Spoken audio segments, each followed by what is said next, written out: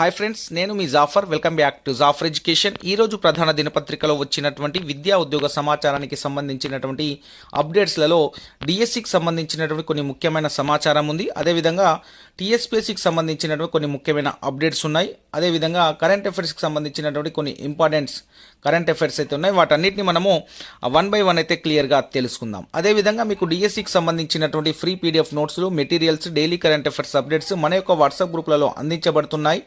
మీకు కావాలి అనుకుంటే వాట్సాప్ గ్రూప్ యొక్క లింక్ మన యొక్క కామెంట్ సెక్షన్లో పిన్ చేసి పెడతాను, అక్కడ నుండి జాయిన్ అవ్వండి.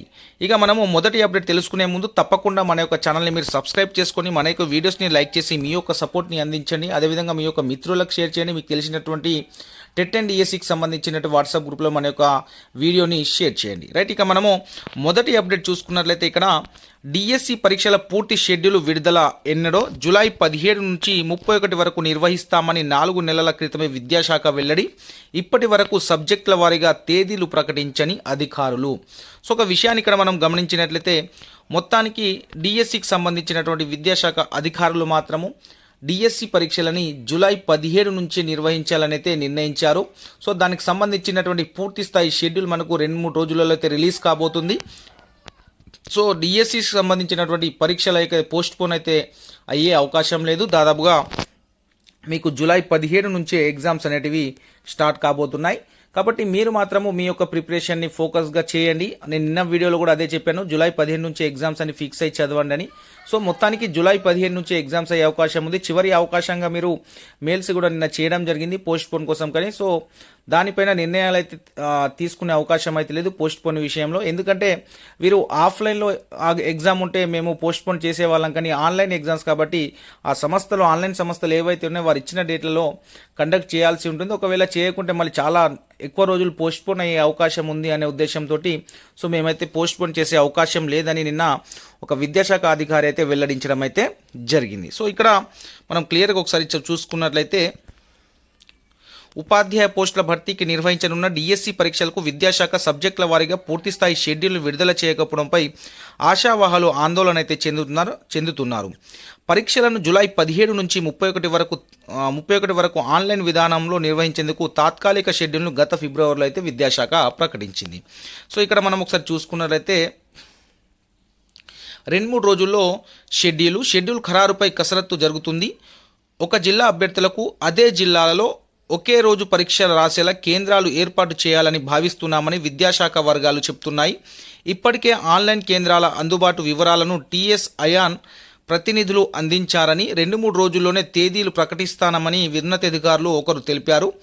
పరీక్షల వాయిదా ఉండదని, ముందుగా ప్రకటించిన షెడ్యూల్ ప్రకారమే జరుగుతాయని స్పష్టం చేశారు. వాయిదా వేస్తే 10 నుంచి 15 రోజుల పాటు ఆన్లైన్ పరీక్షల నిర్వహణకు మళ్లీ స్లాట్లు దొరకడం కష్టమవుతుందని తెలిపారు. కాబట్టి ఇక్కడ ఆన్లైన్ అయాన్ సంస్థ అనేటువంటి సంస్థ కూడా వారికి సంబంధించిన షెడ్యూల్ని కూడా వారు ఆల్రెడీ విద్యాశాఖ అధికారులకు ఇవ్వడం జరిగింది. సో అధికారికంగా మనకు ఈరోజు సాయంత్రం లేదా రేపు సాయంత్రం వరకు మీకు దానికి సంబంధించినటువంటి పూర్తి స్థాయి షెడ్యూల్ని విద్యాశాఖ వర్గాలు అయితే రిలీజ్ చేయబోతున్నాయి. మీరైతే మీ యొక్క ప్రిపరేషన్ని ఫోకస్గా చేయండి. ఇక పోస్ట్పోన్ అనే ఆలోచనని మీ యొక్క మైండ్లోకి వెళ్ళి తీసేసి చదివే ప్రయత్నం అయితే చేయండి. ఎందుకంటే డిఎస్సి తొందరగా కంప్లీట్ చేసి వేకెన్సీస్ ఉన్న పొజిషన్లో తొందరగా టీచర్స్ని పంపించాలనే ఉద్దేశం కూడా ఒకటి ఉంది. ఎందుకంటే ట్రాన్స్ఫర్స్ అండ్ ప్రమోషన్ ద్వారా చాలా వేకెన్సీ అయినటువంటి స్కూళ్ళలో టీచర్స్ రిలీవ్ కాకుండా ఉంటారు. కాబట్టి సింగిల్ స్కూల్ టీచర్స్ ఉంటాయి. కాబట్టి ఈ యొక్క రిక్రూట్మెంట్ తొందరగా కంప్లీట్ అయిపోతే సో ఆ ప్లేస్లో ఆ టీచర్స్ వెళ్ళి వాళ్ళు రిలీవ్ కావడం అనేది కూడా జరుగుతుంది. సో అదొకటి కూడా ఒక రీజన్ అయ్యి ఉండొచ్చు. కాబట్టి మొత్తానికైతే డిఎస్సికి సంబంధించినటువంటి షెడ్యూల్లో ఎలాంటి మార్పు ఉండే అవకాశం అయితే లేదు. సో మీకు 10 రోజులకు సంబంధించినటువంటి అంటే జూలై 17 నుంచి జూలై 31 వరకు ఉన్నటువంటి షెడ్యూల్కి సంబంధించిన పూర్తి స్థాయి షెడ్యూల్ మనకు ఈరోజు సాయంత్రం లేదా రేపు మార్నింగ్ లేదా రేపు మొత్తానికైతే వచ్చే అవకాశం అయితే కనిపిస్తూ ఉంది. సో ఇక్కడ చూసుకున్నట్లయితే రిక్రూట్మెంట్ ఎప్పటివరకు కంప్లీట్ అయ్యే అవకాశం ఉంది అంటే మనకు సెప్టెంబర్ తర్వాత కొత్త సార్లు అయితే వచ్చే అవకాశం ఉంది. మీ యొక్క రిక్రూట్మెంట్ మీరు ఎగ్జామ్ రాసిన తర్వాత నియామక ప్రక్రియ వేగవంతానికి సర్కారు చర్యలు తీసుకుంది. డిఎస్సి షెడ్యూల్లో మార్పు ఉండబోదంటున్న ప్రభుత్వము 1-2 రోజుల్లో పూర్తి షెడ్యూల్ విడుదలకు సన్నద్ధమైతే అవుతున్నారు. సో ఇక్కడ చూసుకున్నట్లయితే జూలైలోనే పరీక్షలు నిర్వహించి దాని తర్వాత మీకు రిక్రూట్మెంట్ మీ రెస్పాన్స్ షీట్ కావచ్చు, రిజల్ట్ కావచ్చు అన్నీ ఫాస్ట్గా జరుగుతాయి. మీ యొక్క సర్టిఫికేట్ వెరిఫికేషన్ కావచ్చు, ఇవన్నీ మీకు సెప్టెంబర్ కల్లా అన్నీ కంప్లీట్ అయిపోయినా మీకు అక్టోబర్లో అంటే దసరా కరికి మీ యొక్క రిక్రూట్మెంట్ అనేది కంప్లీట్ అయితే అయ్యే అవకాశం అయితే ఉంది. ఇక్కడ ఒక విషయాన్ని గమనించినట్లయితే టీఎస్పీఎస్సీ అంత లేట్ అయ్యే అవకాశం ఉండదు. రిక్రూట్మెంట్లలో డిఎస్సికి సంబంధించి డిస్ట్రిక్ట్ సెలక్షన్ కమిటీకి సంబంధించిన పోస్టులు ఏవైనా ఆ రిక్రూట్మెంట్ అనేది ఫాస్ట్గా జరుగుతుంది. ఎగ్జామ్ అయిన తర్వాత 1 మంత్ 2 మంత్స్లో కంప్లీట్ చేసే అవకాశం ఉంటుంది. కాబట్టి మీకు టీచర్ కావాలనే డ్రీమ్ ఏదైతే ఉందో ఒక 3 మంత్స్లో మీకు తెలిసిపోతుంది. మనకు సెప్టెంబర్ కల్లా నీకు జాబ్ వచ్చిందా లేదా అనేది మీకు క్లారిటీ కూడా వస్తుంది. కాబట్టి మీ యొక్క ప్రిపరేషన్ని ఫోకస్గా చేయండి. సిలబస్ కంప్లీట్ కావాలనే టెన్షన్ పడకండి. మీతో ఎంత అయితే అంతైతే చదువుతూ ఉండండి. ఒక్కసారైనా చదివి వెళ్ళండి సిలబస్ని ఒక్కసారైనా. సో కంప్లీట్ కాని వాళ్ళు, కంప్లీట్ అయిన వాళ్ళు నెంబర్ ఆఫ్ టైం రివిజన్ చేసుకోండి. రివిజన్ అనేది చాలా ఇంపార్టెంట్. దేనికంటే మనం కాంపిటేటివ్ ఎగ్జామ్కి రివిజన్ అనేది చాలా కీలకమైనది. ఎంత రివిజన్ చేసి ఎంత ప్రాక్టీస్ చేస్తే మనం అంత స్కోర్ చేయడానికి అవకాశం ఉంటుంది. ఇక్కడ ఒక విషయాన్ని మీరు గమనించినట్లయితే ఇక్కడ చూడండి, డిఎస్సి నోటిఫికేషన్ ద్వారా 11,062 టీచర్ పోస్టులను ప్రభుత్వం భర్తీ చేస్తుంది. దరఖాస్తు స్వీకరణ గడువు ఈ నెల 20తో ముగిసింది. తాత్కాలిక షెడ్యూల్ ప్రకారం జూలై 15 నుంచి 31 వరకు డిఎస్సి పరీక్షలు జరుగుతాయని చెప్పడం జరిగింది. ఒక నెల రోజుల పాటు డిఎస్సిని వాయిదా వేసి ఆఫ్లైన్లో నిర్వహించాలని అభ్యర్థులు డిమాండ్ అయితే చేస్తున్నారు.